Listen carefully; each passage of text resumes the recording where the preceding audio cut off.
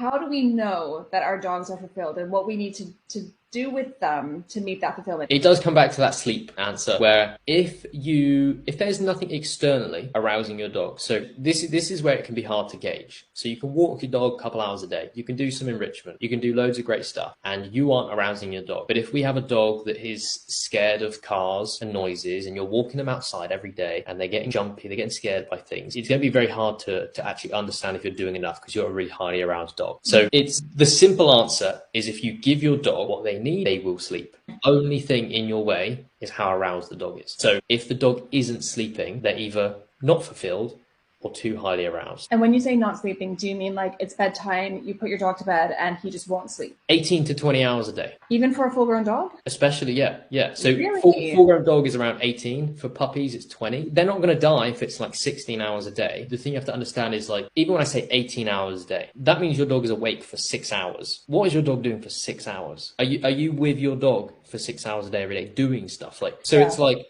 you then have to think about how incredibly exciting it is once you go out on that walk. Your dog spent, 3 hours just awake around the house wandering around. Now imagine how incredible that walk is. And that's where, like, the recall disappears, dog pulls on a lead, they see a dog and they're nuts for it. This is their window of opportunity. It's not just about giving your dog what they need. It's about how you give it to them throughout the day. Don't just rely on the walk. Do stuff at home, because otherwise you train the dog to just empty the tank as soon as they're outside. Max, I'm so sorry. You are, I'm not picking up what you're putting down, because I feel like you're saying two separate things. I feel like on one hand you're saying don't do too much with your dog because you're going to hype your dog up. And I feel like on the other hand, you're saying if your dog is just chilling at home and then you take them out, he's going to go crazy with like the excitement. Yeah. So I'm missing something. What am I missing?